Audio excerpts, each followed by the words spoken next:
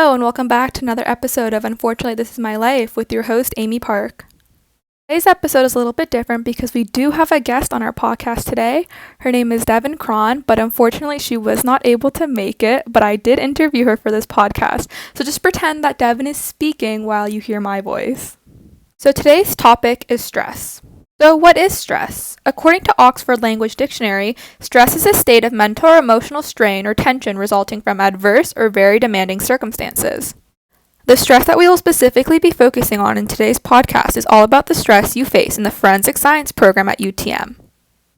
So what makes Devin and I so qualified to speak about this specific type of stress? Devin and I are both going into our third year of the forensic anthropology specialist. We coincidentally have the exact same GPA, and we have both experienced extreme amount of stress due to this program. So we both like to refer to this program as a constant hurdle. What we mean by that is once you think you've cleared a hurdle, the next thing you know, there's another hurdle to overcome. In this podcast, we will be referring to stressors we have encountered as hurdles. We will each be discussing one hurdle from each year of our studies and what helped us in overcoming them. Okay, so let's start with first year. When I was talking to Devin about this, we both couldn't decide what stress was the most significant in first year just because there were so many hurdles in first year, but we've decided to go with the ones that meant the most to us personally and what affected us the most. So Devin's first hurdle was post. So just to give a quick refresher on what post is, it's basically the certain requirements that you need to meet to be granted entry into your program. The best way I can describe it personally is that you're not really in your program until second year. Now, these are the forensic anthro post requirements that cause Devin a lot of stress. So you need a minimum 3.0 GPA, you need over a 75% in Anthropology 101 and Anthropology 102, you need over a 70% in Fsc330 and you also need to take Bio 152 and 153. This caused Devin so much stress because as a first year, all the requirements were so overwhelming. She was told by her high school teachers that there would be a significant drop in marks once she entered university. Therefore, post felt unattainable to her. As well as she was told that meeting the minimum requirements would only lead to consideration. It was not an automatic entry into the program. This resulted in Devin being constantly stressed about whether or not her marks were high enough to be accepted into the forensic anthropology specialist. What helped Devin overcome this hurdle then? She started looking at backup plans. If worst came to worst, she'd be prepared. She looked at what would be needed to apply to the forensic anthropology specialist in second year, as well as discussed her options with an academic advisor. The advisor told her which courses to take and what marks she should be expected to receive. By coming up with a secure and efficient backup plan, it relieved a lot of stress for Devin. She knew she wanted to graduate with a specialist in forensic anthropology, and her determination led to her removing some of her stress for post. So now that we've discussed Devin's first hurdle, let's move on to mine. So my first hurdle was I did not meet one of the minimum requirements for post. Specifically, you need a 75 in Anthropology 102, and I finished the class with a 70. I genuinely thought my world was ending. I've been told I am a very dramatic person, but in this instance, I think it matters. To freshman me, all I cared about was getting into forensic anthropology post, and the fact I had finished with a 70 really just made me feel like I wasn't meant for this program and that I was a failure and that basically my world was crashing down around me. So what helped me? So the first thing I did was I ran to the office of registrar. If you know me, I do not partake in any physical activity, and that includes running. But for me, this was so stressful that I actually physically sprinted to the office of registrar as soon as the final marks were released.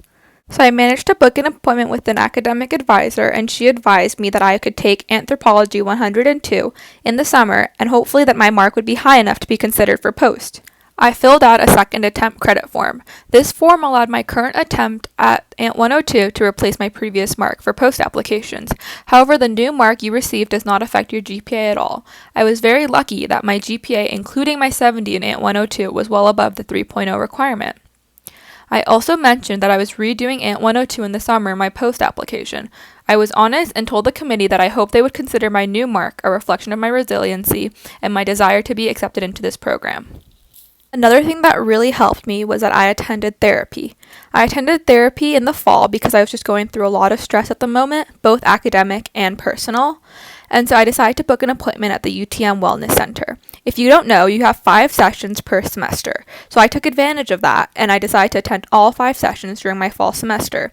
It really helped me that I was able to speak in a safe space about all my problems and stress, and I left all my sessions just feeling so relieved and like the weight was lifted off my shoulders. So Devin and I managed to both overcome our hurdles as we both got accepted into the forensic anthropology post specialist. I remember vividly that when the email came out in mid-June, I screamed and like tears of joy were just like pouring down my face. Okay, so now let's talk about second year hurdles. The obvious hurdle would be the fact that school was completely online. Devin and I had different experiences with online school, so we'll be going into more detail through our personal hurdles, as well as we have each chosen 2 hurdles for second year. Devin's second hurdle was online labs, specifically osteology labs where all the specimens were through 3D models. I agree, this was definitely a difficult portion of online school. It was really hard to see all the details of the bones as well as the questions were auto-graded, meaning one spelling error could result in the whole question being marked incorrect. It was extremely frustrating because we both knew these issues would not have occurred in person, as well as Devin did not get to collaborate with her group members. I was fortunate to have great group members who wanted to work together through the questions. Devin's group members did not even show up to the labs, and those who did not unmute the mics. She was basically working on a difficult lab by herself. This was a huge stress on Devin because she was getting low marks on labs, and labs were a decent portion of her final mark. So what helped Devin overcome this hurdle? She started to strategize. If she knew she was going to consistently get less than stellar marks on the labs, she knew she could make up for them elsewhere. She started to prioritize the assignments and tests so that they would balance out the lab marks. In the end, it worked out. Devin's great marks on her assignments and tests made the lab marks seem almost insignificant. Another thing that helped Devin was that her and I started to work on the labs together. Although we were not in the same practical session, the lab quiz was open for 24 hours, so we decided to collaborate on our own time on FaceTime. This helped us both greatly as we saw a huge improvement in our lab marks. It is extremely beneficial to have good friends within your program to ensure that you have someone to consistently collaborate with. Okay, so my second hurdle was that I decided to take 6 courses in my winter semester. I was always told I was a little bit of a masochist, and I never truly believed it until I took on the challenge of taking 6 courses online. I took 6 courses because the previous semester I took 4. Therefore, I needed 6 to result in a full course load. This was a huge stressor on me because I had back-to-back lectures, as well as there were weeks where I had multiple assignments due on the same day. I think I spent around 30 hours a week studying during my winter semester. So what helped me in overcoming this hurdle? Start to reevaluate my study habits. I knew that I needed to find a method that was long-term and sustainable for me. The method that worked best for me was to attend the lecture, annotate the slides, and then rewrite the annotated slides in a neat manner. I also found color coding beneficial as well. For example, red was used for the main heading, blue was for subheadings, and black was just for all the information. Another thing that really helped me was I needed to be held accountable. The first thing I did was sign up to be a note taker for 2 of my courses. I chose courses I knew that I would find difficult, therefore being a note taker held me accountable. It worked out really great. I submitted my notes in a timely manner, I did well in both classes, and I got a CCR notation on my transcript. I also made to-do lists. I made weekly and daily to-do lists. I broke up my task into an achievable manner. For example, finish 1 paragraph of this essay. By having to-do lists, it held me accountable and I was able to finish all my tasks in a timely manner. I took 1 rest day a week. It was usually Friday because I did not have any classes or due dates, so it worked out really well. During my rest days, I caught up on sleep, watched movies, and read. Basically, I did anything I wanted to do during my rest day and just relaxed. This really helped me decompress, and I felt energized to continue my studies the next day. Devin's third hurdle was finding a balance between work and school. Devin works 2 jobs, so whatever time she was not spending at school, she was at work. This was extremely stressful for Devin because basically there was no time to rest. When she was at school, she was thinking of work. When she was at work, she was thinking of school. So what helped Devin overcome this hurdle? She decided she needed to be productive constantly. On days off, she would do schoolwork. Even the littlest bit of work eased her stress, as it stretched her closer to the finish line. By being constantly productive, it made Devin feel like she was not wasting her time and instead was doing something beneficial for her in the long run.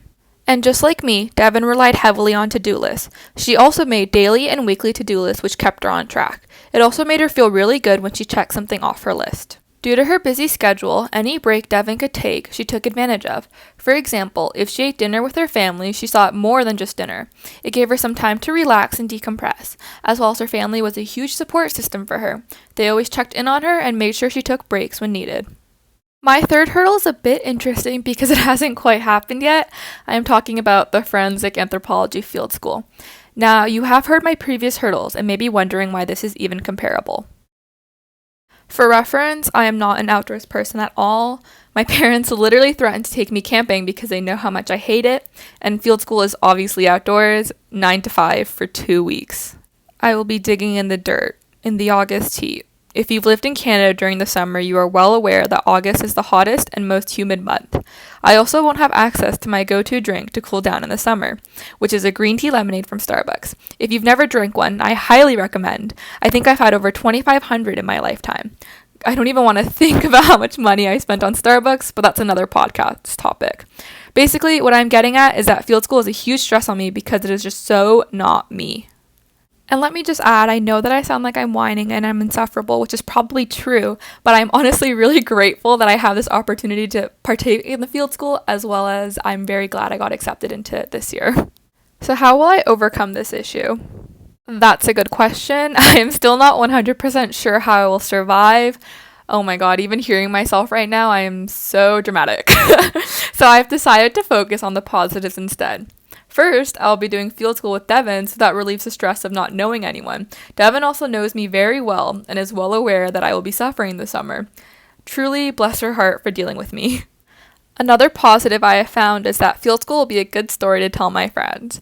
I am the type of person who doesn't mind embarrassing myself for a good memory.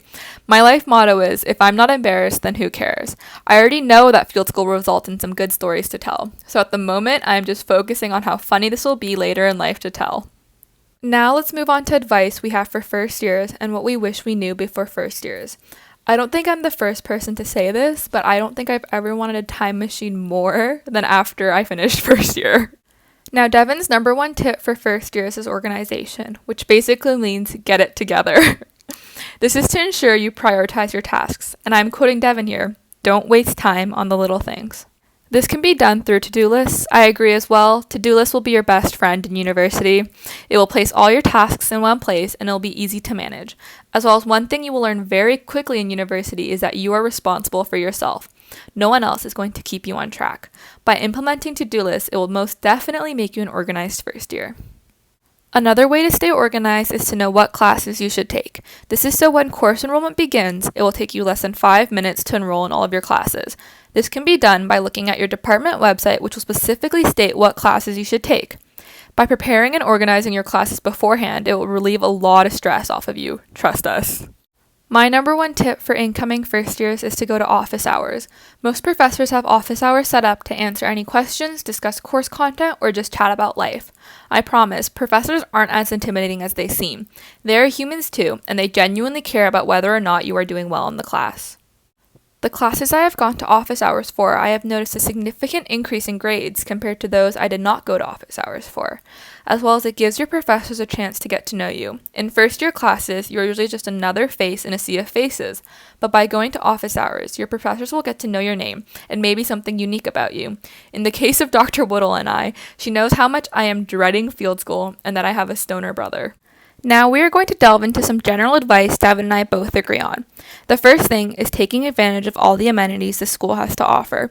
It is coming out of your tuition, so you might as well enjoy it. Some amenities Devin and I took advantage of were the gym, the freebies offered. I think I own about 5 promotional cups just because of this, and the therapy sessions I previously mentioned. As well as avoid OPH if possible. DH has the best food, and I truly miss the chocolate croissants. Even if you don't take our word for it, you will learn very quickly which dining halls to run to before they close. We are very fortunate to have a beautiful campus, which I miss dearly. In the fall, UTM is absolutely gorgeous, so just try to appreciate that as much as you can. We're not going to lie, the first year is tough, but it is the most you make of it. The friends you are supposed to meet will naturally gravitate towards you. One failed test or assignment is not the end of the world, as well as it is 4 years of your life. Live in the moment because life is too short not to. Okay, and that's all I have for today. Thank you for listening and join me next week where I go over my existential crisis about turning 20.